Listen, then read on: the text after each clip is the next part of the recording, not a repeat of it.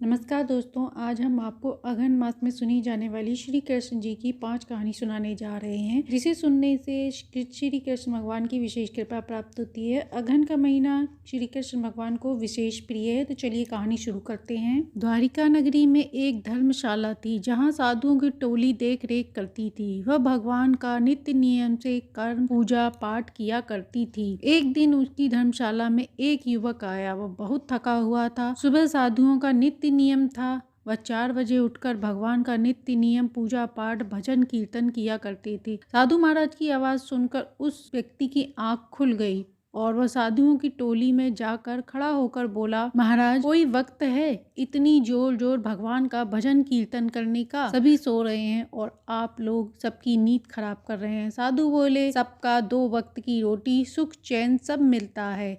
भजन कीर्तन करने से मुक्ति व स्वर्ग लोक की प्राप्ति होती है। युवक ने कहा, यह सब बनावटी बातें हैं, मुझे तो मेहनत करके ही 2 वक्त की रोटी मिलती है। साधु ने कहा, बालक व्यर्थ की चिंता मत करो, संसार में सभी को श्री कृष्ण के द्वारा ही रोटी मिलती है। इस पर युवक ने कहा, शर्त लगा लो आप लोग, मैं अभी से भगवान का नाम कीर्तन करता हूँ, 24 घंटे तक कुछ नहीं खाऊंगा। मेरे सामने कितना भी स्वादिष्ट व्यंजन आ जाए, मैं ग्रहण नहीं करूंगा। इस पर साधु ने कहा, यदि शर्त टूट गई तो क्या होगा? युवक बोला, न चाहते हुए भी मेरे मुंह में निवाला आ जाए तो मैं सदा के लिए आपका चेला बन जाऊंगा और आपकी सेवा करूंगा। वह घर जाने लगा तो सोचने लगा, अगर घर गया तो जबरदस्ती माँ कुछ खिला देगी तो मैं शर्त हार जाऊंगा। ऐसा सोचकर वह घने घोर जंगल में चला गया और एक पेड़ पर चढ़कर बैठ गया। कुछ देर बाद वहां एक साधुओं की टोली वहां से गुजर रही थी। वहां पेड़ के नीचे उन्होंने स्वादिष्ट भोजन बनाया। उसकी खुशबू ऊपर तक आ रही थी। लड़का सोच रहा था कि जिस चीज से बचकर मैं जंगल में आया वही स्वादिष्ट भोजन महक रहा है। शर्त को ध्यान में रखकर वह वहीं पेड़ पर बैठा रहा। साधुओं की टोली ने खाना खाया। जब सभी साधु खाना खा चुके बचे हुए भोजन को आगे के लिए समेटने रखने लगे, तभी वहां कुछ लोगों ने आकर बताया कि डाकुओं का झुंड इसी तरफ आ रहा है। वह सभी साधु डर से भाग गए कि डाकू मार काट करेंगे। कुछ समय बाद वहां डाकुओं का समूह आ गया। उन्होंने देखा ताजा भोजन पक रहा है। वह भोजन देख अपने को रोक ना सके, आगे बढ़े तो डाकुओं के सरदार ने मना किया कि इसमें विष होगा, किसी ने हमें मारने की योजना बनाई होगी, विष मिलाकर रख दिया होगा। सभी डाकू भूखे थे। उनमें से एक बोला, सरदार लगता है ताजा भोजन बना है। सरदार ने कहा, पता नहीं कौन से ने इतना स्वादिष्ट भोजन बनाकर विष मिलाकर रखा है, यदि वह मिल जाए तो उसके प्राण ले लूं। इतना सुनकर वह युवक पेड़ पर बैठा डर से कांपने लगा। उसके कांपने से पेड़ के पत्ते गिरने लगे। डाकुओं ने देखा तो सोचा इसी युवक ने खाने में जहर मिलाया होगा और यहाँ छिप कर बैठा है। उसे उतारकर गर्दन पर तलवार रखकर कहा, बता भोजन में विष क्यों मिलाया? डरते डरते वह बोला, सरदार मैंने यह भोजन में विष नहीं मिलाया और ना ही मैंने इसे बनाया है, इसे साधुओं की एक टोली ने बनाया है। वह अपने भोजन कर रहे थे तभी आप आ गए और वह डर से भाग गए। सरदार ने विश्वास नहीं किया और उस भोजन को खाने को कहा। वह लड़का ना चाहकर भी भोजन को मजबूरी में खा रहा था। उसके खाने को देखकर सरदार को समझ में आ गया कि इसमें कुछ नहीं मिला है। जब डाकुओं को भरोसा हो गया कि यह सत्य कह रहा है, वह भी भोजन करने लगे। युवक समझ गया कि शर्त वह हार चुका है और वह उसी क्षण साधुओं के पास गया और हार स्वीकार कर बोला, भगवान कृष्ण की महिमा अनंत है, ना चाहते हुए भी मेरे मुंह में भोजन चला गया। इसके बाद वह भी भगवान का भक्त बन गया और अंत में उसका परलोक सुधर गया। तो प्रेम से बोलिए श्री कृष्ण भगवान की जय हो। अब सुनते हैं अगली कहानी। एक बार की बात है, एक जंगल में मोर रहता था। वह श्री कृष्ण भगवान का बहुत बड़ा भक्त था और वह भगवान की लीला देखता और सोचता कि भगवान का ध्यान मुझ पर जाएगा, पर भगवान का उस पर ध्यान जाता ही नहीं था। अब वह भगवान के घर के बाहर ही डेरा डालकर वहीं पर बैठ गया। जब भी गीदड़ तीतर वहां से उड़ते देख, मोर वहीं बैठे गोविंदा गोविंदा रटता रहता, पर भगवान का ध्यान उस पर गया ही नहीं। वह मोर को 1 साल हो गया। ऐसा करते करते वह भगवान की भक्ति में लीन था, लेकिन भगवान उसे देखते ही नहीं थे। तो वह एक दिन बैठकर रोने लगा। तभी वहां से मैना गुजर रही थी तो उसने पूछा, तुम रो क्यों रहे हो? तब मोर ने बताया। तब मैना ने कहा, तुम परेशान मत हो, रो मत, मेरे साथ बरसाना चलो, वहाँ राधा रानी है, वह बड़ी दयालु हैं, उनका हृदय बड़ा विशाल है, वो कुछ न कुछ हमारे लिए अवश्य करेंगी। दोनों ने उड़ान भरी और बरसाना पहुंच गए। जैसे ही बरसाना पहुंचे, मैना ने राधे राधे कहना शुरू कर दिया और मोर तो अब भी भगवान की भक्ति में लीन था। वह तो गोविंदा गोविंदा कहने लगा। गोविंदा गोविंदा सुनते ही राधा रानी दौड़ी चली आईं और राधा रानी ने मोर को गोद में उठा लिया। यह देख मोर खुशी से झूम उठा और बोला, आप कितनी दयालु हैं। मैंने गोविंदा गोविंदा कहा और आपने मुझे गोद में उठा लिया। और एक वह श्री कृष्ण भगवान है जिनका नाम मैं रात दिन गोविंदा गोविंदा कहता हूँ, फिर भी वह मेरी तरफ देखते ही नहीं है। तब राधे जी ने कहा कि ऐसा हो नहीं सकता, मेरे कृष्ण तो बड़े दयालु हैं। तुम एक काम करना, अब की जाना तो बाहर से गोविंदा गोविंदा ना कह के राधे राधे कहना। अब मोर ने वैसा ही किया। अब दोनों ने उड़ान भरी और वहां पहुंच गए। द्वार पर पहुंचते ही मोर ने राधे राधे बुलाना शुरू कर दिया। राधे की आवाज़ सुनकर कृष्ण भगवान दौड़े दौड़े चले आए और उसे गोद में उठाकर बोले, तुम कौन हो, कहाँ से आए हो। तब मोर ने कहा, मैं 1 साल से आपको गोविंदा गोविंदा कह के बुला रहा हूँ, पर आपने कभी मेरी तरफ देखा नहीं और आज मैंने राधे राधे कहा तो आपने मुझे गोद में उठा लिया। तब श्री कृष्ण भगवान ने कहा, यह तो मुझसे पाप हो गया है, मुझे माफ करना। तुमने राधा रानी का नाम लेकर ही मुझे पा लिया है। जो कोई भी भक्ति भाव से राधा रानी का नाम लेगा वह मुझे हमेशा के लिए पा लेगा। बरसाना गांव में एक बुढ़िया माई रहती थी। उनके कोई नहीं था। वह इधर उधर से गुजारा करके अपना जीवन यापन करती थी, पर कभी अपने को अकेला नहीं समझती थी। उनकी जुबान पर हमेशा एक ही नाम रहता था, वह भी मेरी प्यारी लाडली कहती थी, राधे राधे करती थी। गांव की सभी महिलाएं दूध दही मठा बेचने जाती, लेकिन वह सबसे पहले दर्शन करती। मैया के पास न दूध था न दही थी, पर मन में विचार था कि मैं लाडली जी का दर्शन करूं। एक दिन जब बुढ़िया माई मंदिर जाने लगी तो उन्हें रोका नहीं गया, तो वह खाली मटकी लेकर चल पड़ी। गांव की स्त्रियों ने पूछा, मैया इस मटकी में क्या लेकर आई हो? तो वह झूठ बोल दी कि इसमें शहद है। मैया सीढ़ी पर पहुंची तो उन्हें आज सब कुछ उन्हें मिल गया। वह मुख से एक ही नाम रटते जा रही थी, मेरी प्यारी लाडली राधा रानी। यह सिलसिला चलता रहा। हाट में लगने वाले लोगों ने मैया से पूछा, मैया क्या बेच रही हो? तो उन्होंने शहद बताया। मैया से शहद मांगा तो झूठ मूठ से एक पत्ते पर शहद निकाल कर दे दिया। उस व्यक्ति ने सोचा मैया वृद्ध हो गई हैं, दिमाग से कमी आ गई है, इसलिए उसने झूठ मूठ के पैसे भी दे दिए। पर जैसे ही उस पत्ते पर जीभ रखी, अद्भुत मिठास वाली खुशबू का स्वाद आया। पत्ते पर देखा तो कुछ नहीं था, उसने मटकी देखी तो भी नहीं था। वह धीरे धीरे पूरे शहर में यह बात फैल गई। अब तो मैया के पास भी भीड़ लगने लगी। सब यही कहते, मैया के पास जादुई मटकी है, इसमें अद्भुत शहद मिलता है। अब एक गांव के सेठ को शरारत सूझी। उसने सोचा कि यह मटकी मेरे पास होनी चाहिए। वह बुढ़िया माई के पास क्या करेगी, मैं इससे बहुत धन इकट्ठा कर लूँगा। वह चुपके से मैया के घर में घुसकर मटकी ले आया। उसने मटकी के अंदर देखा तो उसमें बहुत सारी मधुमक्खियाँ निकल कर उस पर चिपक गईं। उसके शरीर को काट लिया। जब उसकी पत्नी ने देखा तो कहा, ये मटकी तुम्हारे लिए नहीं है, यह जिसकी है उसे दे आओ। जब मटकी चोरी हो गई तो मैया का रो रो कर बुरा हाल हो गया।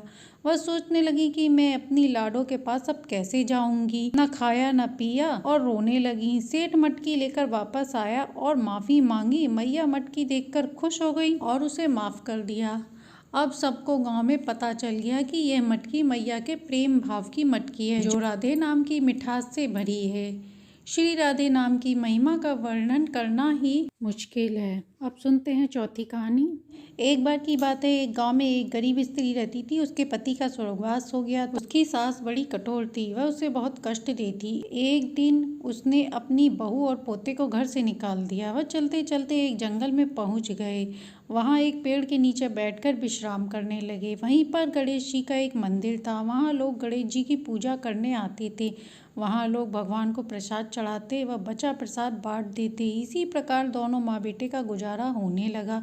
दोनों माँ बेटे भगवान गणेश जी की पूजा पाठ करने लग गए। एक दिन उन्होंने सोचा, क्यों ना हम भी जंगल से फूल लाकर उनकी माला बनाकर बेचें। उन्होंने ऐसा ही किया। साथ में पूजा की सामग्री प्रसाद भी बेचने लगे। इससे उनकी आमदनी बढ़ने लगी। गणेश भगवान की कृपा से उन्होंने एक मकान व दुकान ले लिया। एक बार एक राजकुमारी मंदिर में पूजा करने आई। वह उस लड़के को देखकर उस पर मोहित हो गई और उसने उनसे विवाह की इच्छा प्रकट की। उसने अपने मन की बात अपनी भाभी से कही। भाभी ने कहा, ये मालिन का बेटा है और तुम राजकुमारी हो, उससे विवाह करोगी तो तुम्हें बेइज्जती होगी। राजकुमारी नहीं मानी। उसने कहा, मैंने प्रतिज्ञा की है, मैं उसी से विवाह करूंगी। भाभी ने महल में जाकर सारी बात बता दी राजा को।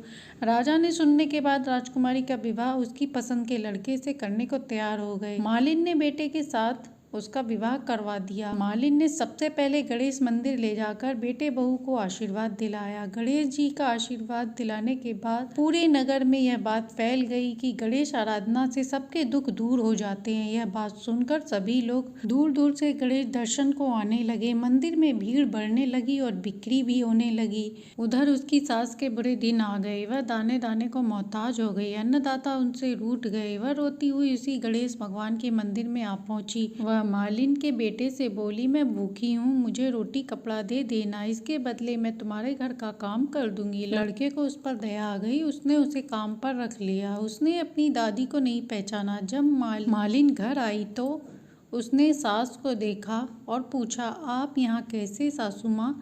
मेरी सेठ के यहाँ नौकरी लग गई है। सास ने कहा, मैं यहाँ काम करती हूँ। बहू बोली, सासू माँ, ये सेठ नहीं आपका पोता है, यह घर भी आपका है। आपने हमें घर से निकाला था पर गणेश भगवान ने हमारी रक्षा की। सास बोली, मुझे माफ़ कर दो, मेरी करनी मैंने भोग लिया। बहू बोली, सासू जी अब आप यहीं रहो और पोते का सुख भोगो। सास गणेश भगवान की महिमा देखकर, बहू पोते का नित्य नियम देखकर वह भी नित्य नियम निभाने लगी।